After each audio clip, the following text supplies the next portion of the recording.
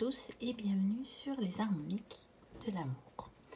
Je vous retrouve aujourd'hui pour la présentation d'un oracle de Tosha Silver et qui a été illustré par Cathy Daisy, qui est donc l'offrande naturelle au divin et que j'ai donc acheté pendant mes vacances, tout comme le Self Love Oracle d'Akal Pritam.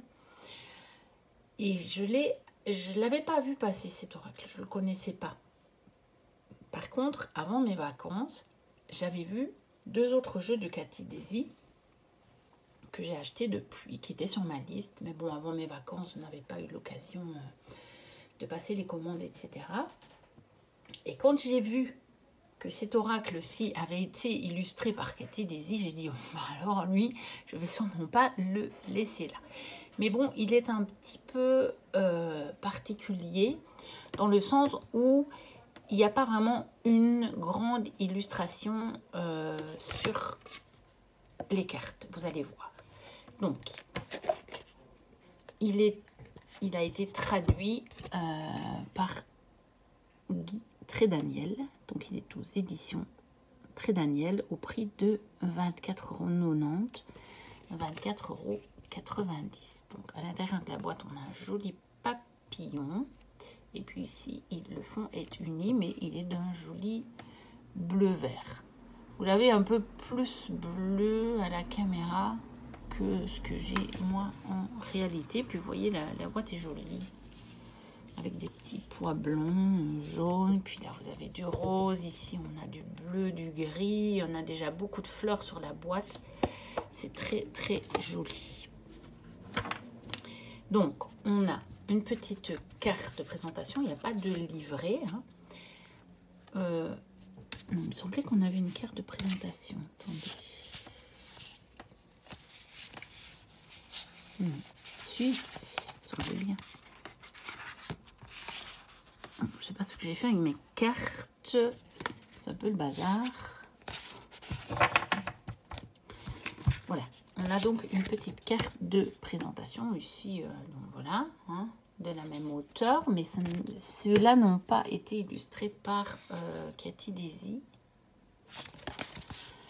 Donc voilà, on a les informations sur le jeu, les auteurs. Et puis on a ici une introduction. C'est ce qui peut servir de livret, mais vous voyez, c'est très, très, très succinct. Donc, c'est un jeu simplement pour offrir au divin, en s'abandonnant complètement. Donc, c'est un jeu pour le lâcher prise. C'est un jeu pour faire confiance à notre partie plus élevée qui nous amène toujours au meilleur pour nous et qui, si on lui fait confiance et si on ne met pas d'obstacle, va vraiment réaliser pour nous les choses qu'on veut. Parce que souvent, ce qu'il faut comprendre, c'est que on bloque l'arrivée dans notre vie concrètement des choses que l'on désire parce que on a encore trop de peur, notamment que ça n'arrive pas. Et que la peur est quand même une vibration assez importante, hein, assez puissante, et donc elle vient contrecarrer les demandes que l'on fait. Alors que si on arrive à s'abandonner, à lâcher prise totalement, alors notre vibration fait en sorte que ça peut arriver. Elle ne génère plus de blocage. Donc voilà, après, vous l'appelez comme vous voulez, hein. Vous n'êtes pas obligé de l'appeler Dieu. Hein. Ça peut être à l'univers, ça peut être à votre partie élevée, à votre ange intérieur, à votre guide intérieur, tout ce que vous voulez. Alors, on a de très, très, très jolies tranches, rose relativement pâle, métallisé. On a un dos avec Ganesh. Et puis, on a les messages directement sur la carte et on a des illustrations tout autour. Mais vous voyez, on n'a pas une grande illustration. On a le message et tout un tour comme ceci illustré. Voilà. Donc ça fait un beau petit jeu également pour une carte du jour, pour quand vous avez besoin de lâcher prise, pour aussi clôturer un tirage, pourquoi pas. Et puis aussi quand vous ressentez un blocage dans quelque chose.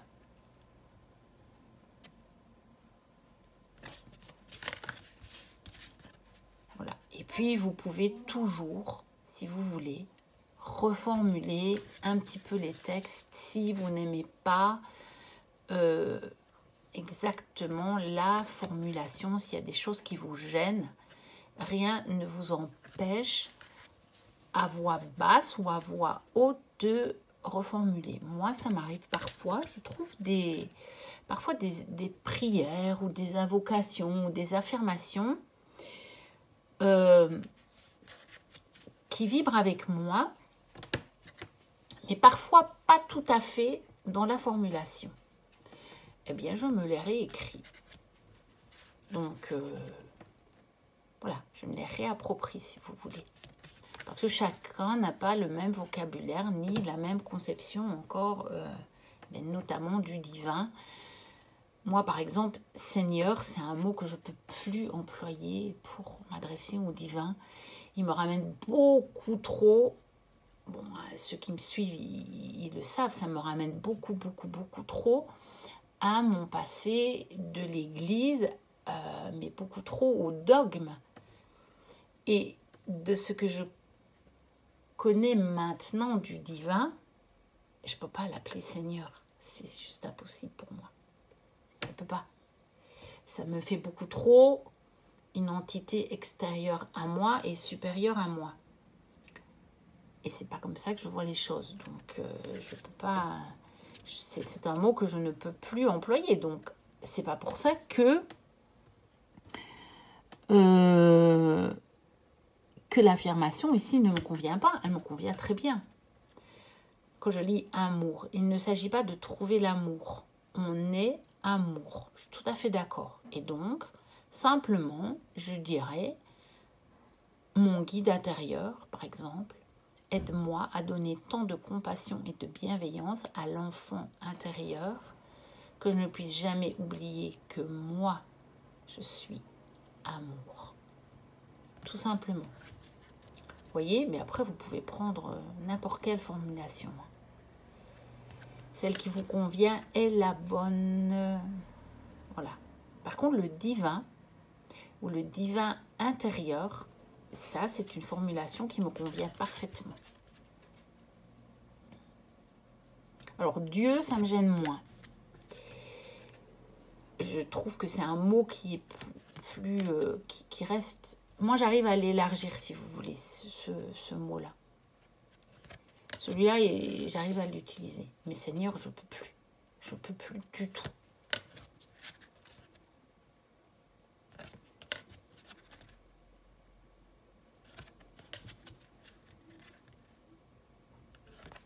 Après, c'est jamais qu'une... C'est parce que moi, j'ai été vraiment baignée, et baignée notamment par des dogmes qui m'ont... Je me suis rendu compte après que ces dogmes-là m'avaient tellement, mais tellement bloquée pour certaines choses dans ma vie que je ne peux plus parce que ça me ramène à des choses comme ça. Mais bon, Seigneur, vous pouvez très bien le prendre comme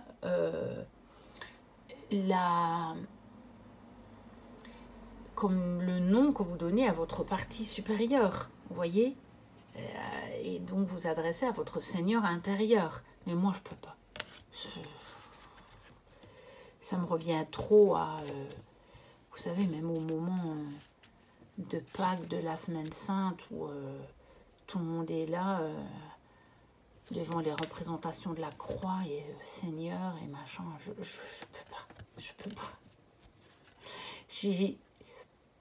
J'ai pas de problème avec ça, hein, et j'ai tout à fait compris le geste de Jésus, tout ça, il n'y a pas de problème. Hein. J'ai zéro problème avec ça, mais ça me ramène trop à la façon dont l'Église le vit, si vous voulez, et dont je n'ai pas... Ça, j'arrive pas à ça me ramène trop à ça. Je ne sais pas si je m'en détacherai un jour ou pas, peut-être que oui, peut-être que non, mais ça n'a pas tellement d'importance parce que j'ai tellement d'autres mots à ma disposition pour exprimer ça que bah, ça me gêne pas en fait.